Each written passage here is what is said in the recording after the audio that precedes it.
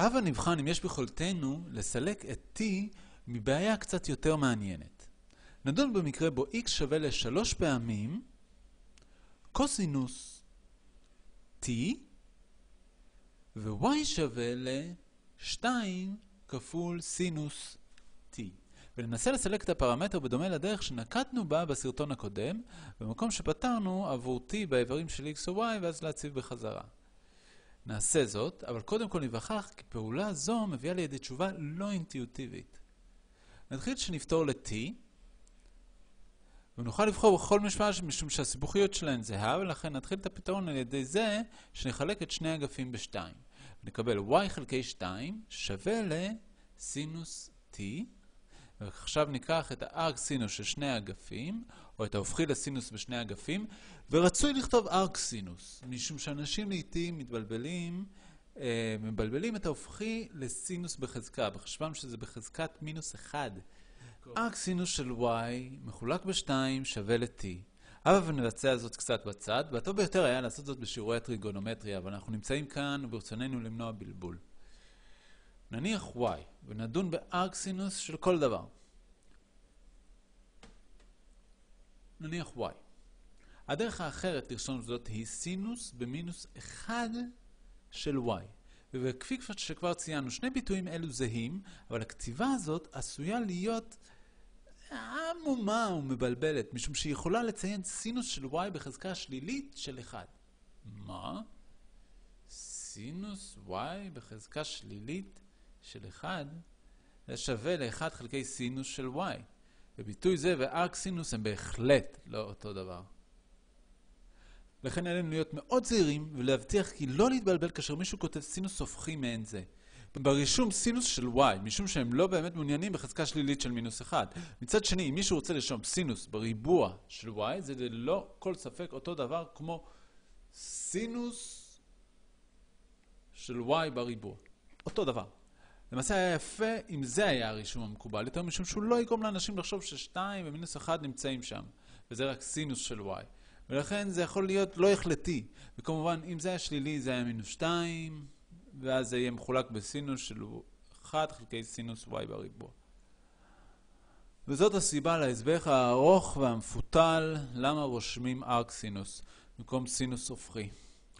אבל הגיע הזמן לחזור לבעיה, ובכן פתרנו עבור t בעברי y, וניתן עתה להציב בחזרה כאן. נקבל ביטוי עבור x במונחי y, ולכן x שווה ל3 פעמים קוסינוס של t, אבל פתרנו ל-t. t הוא הדבר הזה שם. אזי זה ארק סינוס של y חלקי 2, ונפתרנו מהפרמטר, אבל זאת היא משוואה לא אינטואיטיבית. בדרך השנייה יכולנו לבצע זאת, יכולנו לפתור עבור y במונחי x, והיינו מקבלים סינוס של ארק סינוס, וגם זאת הייתה משוואה מפחידה ולא אינטואיטיבית. אבל בכל מקרה נפתרנו מהפרמטרים, כך שנראה שאנחנו יכולים לטפוח לעצמנו על הכתף, אבל לא זאת מטרת סרטון זה. מטרת סרטון זה, אם יש דרך כלשהי לסלק את הפרמטרים המובילים לפתרון יותר אינטואיטיבי, והמערב את x ו-y. מה שאנחנו עומדים לעשות, ניתן לכנות אותו כטריק, אבל זה משהו שמשתמשים בו רבות, במיוחד אם עובדים בקורדינטיות קוטביות. לכן רצוי שתצבעו גם בסרטון על קורדינטיות קוטביות, משום שזה עוסק בדיון שלנו כאן. אבל אם, ונרשום זאת, ש-x שווה ל-3 כפול קוסינוס t, ו-y שווה ל2 סינוס של t, עלינו לברר מה ניתן לעשות עם משוואות אלו. איך אנחנו יכולים לקשר בין המשוואות? והרעיון הראשון הוא עיגול היחידה, שהוא אחד הרעיונות הבסיסיים ביותר בטריגונומטריה, וזה שקוסינוס t בריבוע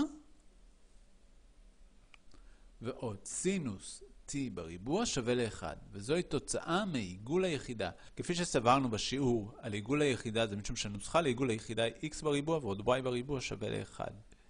קורדינטת ה-x היא הקוסינוס של הזווית, קורדינטת ה-y היא הסינוס של הזווית וכן הלאה. אבל זה טריגו, וכדאי אחר כך לצפות במספר סרטונים בטריגונומטריה כדי להבין זאת טוב יותר וממש ליהנות. סתם, אני לא אוהב טריגו. אם נצליח בדרך כלשהו להחליף את ריבוע הקוסינוס הזה בביטוי כלשהו של x, להחליף את הסינוס או הסינוס בריבוע בביטוי כלשהו של y, למעשה נסיים. לא כך? ואז נשווה זאת לאחת. וזה לא נשמע קשה מדי, נכתוב זאת שנית. אנחנו יכולים להציב את הקוסינוס של t שווה למשהו ב-x ולהציב, ואנחנו יכולים את סינוס t שווה למשהו ב-y, ולכן נעשה זאת. נחלק את שני אגפים ב-3, נקבל x חלקי 3 שווה לקוסינוס t. ברור, נכון? אם נחלק את שני אגפי המשוואה הזאת ב-2, נקבל y חלקי 2 שווה לסינוס t. יופי. עתה נשתמש בזהות טריגונומטרית זאת שלמדנו. במקום קוסינוס של t אנחנו נציב x מחולק ב-3, ובמקום סינוס t נציב y חלקי 2, ונקבל x בריבוע, x חלקי 3 בריבוע, סליחה, בדיוק כמו כאן. זה בסך הכל קוסינוס של t ועוד y חלקי 2 בריבוע, וזה רק סינוס t בריבוע. שווה ל-1. נכון? הצבנו בתוך המשוואה הזאת, ואומנם זה מתחיל לראות טוב יותר מזה. קצת יותר ברור. ומה זה? יש למישהו מושג? אם חזיתם בסרטונים על חתכים חרוטיים, אתם ודאי כבר זיהיתם שזה מתחיל להיראות כמו אליפסה. אנחנו יכולים לפשט את זה עוד מעט. נוכל לומר שזה שווה ל-x בריבוע חלקי 9, ועוד y בריבוע חלקי 4 שווה ל-1. ואם נסרטט אליפסה זו, לאחר שנסרטט את הצירים, אנחנו משתמשים יותר מדי בעט הכחול. זה נעשה משעמם ולא לעניין. טוב, נחליף אותו בכתום. לא, בסגול. סגול. סגול. זהו ציר ה-x שלנו. זהו ציר ה-y שלנו. הציר הראשי הוא בכיוון x. משום שזה המחנה כאן גדול מזה, נכון? וזה מחצית הרדיוס הראשי, וזה יהיה... השורש הריבועי של זה הוא 3. והנה, 1, 2, 3 בכיוון הזה. 1, 2, 3, וכזנו ב-0, משום שאף אחד מאלו איננו מוטה. אתם באמת צריכים לצפות בסרטונים על חתכים חרוטיים.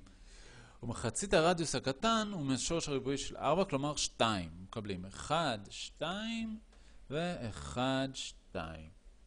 נסרטט אליפסה זו. זה נראה בערך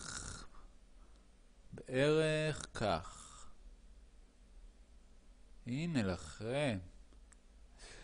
וכך, על ידי סילוק הפרמטר t, קיבלנו את המשוואה בצורה שמיד הבנו שהיא אליפסה. והמצב הוא שאם אתם לא עוסקים מספיק במשוואות פרמטרים, או אולי בקורדינטיות פולריות קוטביות, זה לא ברור ובולט שזוהי משוואה פרמטרית של אליפסה. אבל כאשר תלמדו על חתכים חרוטיים, הדבר יהיה ברור. וקל לסרטט אליפסה זו. אבל כשמסלקים את t ומתקדמים עם משוואות אלו, כאן למעלה, ומשם מתקדמים לכאן, כמו בסרטון הקודם, מאבדים מידע. אנו מאבדים את הכיוון של התזוזה, כאשר t גדל. וכמו כן, אין אנו יודעים איפה אנו נמצאים על האליפסה בכל זמן נתון t. בכדי לגלות זאת, נבנה טבלה קטנה. נצייר אותה. נבחר מספר ערכים של t. והטבלה שלנו תכיל את t, x ו-y. רצוי לבחור ערכים של t. נרשום מחדש את המשוואות. כך שלא נאבד אותם. אוקיי, היה לנו x שווה 3 קוסינוס t ו-y שווה 2 סינוס t. רצוי לבחור ערכים של t שקל לחשב עבורם. מהן ערכי הסינוס והקוסינוס ללא הזדקקות למחשב ואביון. לשם פשטות נניח כי ערכי t הם ברדיאנים. נבחר t שווה 0. t שווה לפאי חלקי 2, שזה שווה ל-90 מעלות אגב, וכן t שווה לפאי. ולכן, מהו x כאשר t שווה ל-0? ובכן, קוסינוס של 0 הוא 1, כפול 3, התוצאה היא 3. מהו x כאשר t הוא פאי חלקי 2? קוסינוס של פאי חלקי 2 הוא 0. ו-0 כפול 3 נשאר 0. ולמה שווה x כאשר t שווה לפאי? קוסינוס של פאי שווה מינוס 1, ומינוס 1 כפול 3 שווה למינוס 3. מספיק ודי. ואתה נפנה ל-y. כאשר t שווה ל-0, מהו y? סינוס 0 שווה ל-0, ו-2 כפול 0 נשאר 0. כאשר t עבור פאי חלקי 2, 1 כפול 2 m2. כאשר t הוא פאי, אז הסינוס של פאי הוא סינוס של 180 מעלות, הוא 0, ו-2 כפול 0 זה 0. נסרטט את הנקודות, כאשר הזמן 0 אנו נמצאים בנקודה 3.0, ו-3.0 נמצאת בדיוק פה. שווה 0, זה המקרה של t. כאשר t גדל בפאי חלקי 2, או אם אלה יהיו שניות, לפאי חלקי 2 זה בערך 1.7 שניות. לפיכך, כאשר אנחנו נמצאים בנקודה t 0.2 הוא פאי חלקי 2.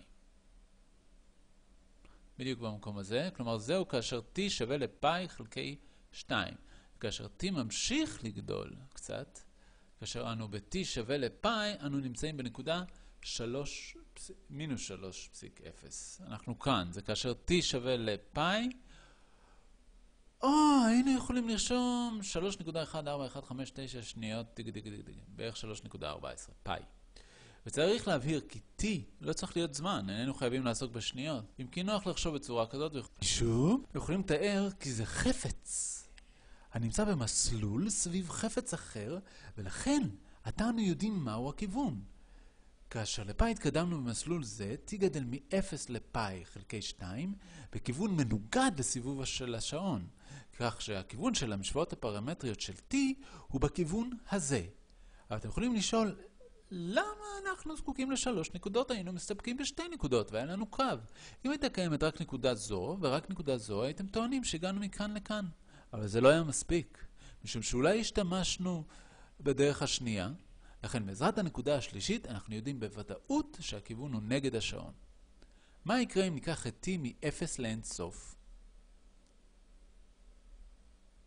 ומה יקרה אם נגביל את t? כך שהוא גדול שווה מ-0 וקטן ושווה לאין סוף. במקרה הזה אנחנו נחוג לנצח סביב האליפסה בסיבובים מתמידים על מסלולים אין סוף פעמים. אם נתקדם ממינוס אין סוף לאין סוף, אזי גם זו דרך לבטא את מעשינו. ובמידה ברצוננו לסוב רק פעם אחת, אנחנו יכולים ללכת מ-t גדול שווה ל-0, ו-t קטן או שווה לאורך כל הדרך מ-t זה שווה או קטן מ-2 פאי. ה-t במצב זה הוא הזווית, שאנו מתחקים אחריה. אם נחשוב על כך בקורדינטות קוטביות, זהו t בכל זמן נתון. זה לא תמיד כך, אך במקרה הזה זה כן מתקיים. כאשר מתקדמים מרדיוס 0 ל-2 פאי, יוצרים מעגל אחד. אבל אנחנו דנים במשוואות פרמטריות ולא בטריגונומטריה, כך שלא כדאי לעסוק יותר מדי בנושא זה. האם לא נהנתם? אם היינו רק דנים במשוואות הפרמטריות, לא היה לכם מושג מה צורת הדבר. אבל השימוש בטריגונומטריה אפשר לנו לפשט זאת לאליפסה ולסרטטה. ובנוסף, על ידי סרטוט מספר נקודות, יכולנו למצוא את הכיוון שבו אם הדבר באמת מתאר חלקיק בתנועה, החלקיק היה נע. לאיזה כיוון הוא היה נע? בוודאי שנהנית. איזו שאלה.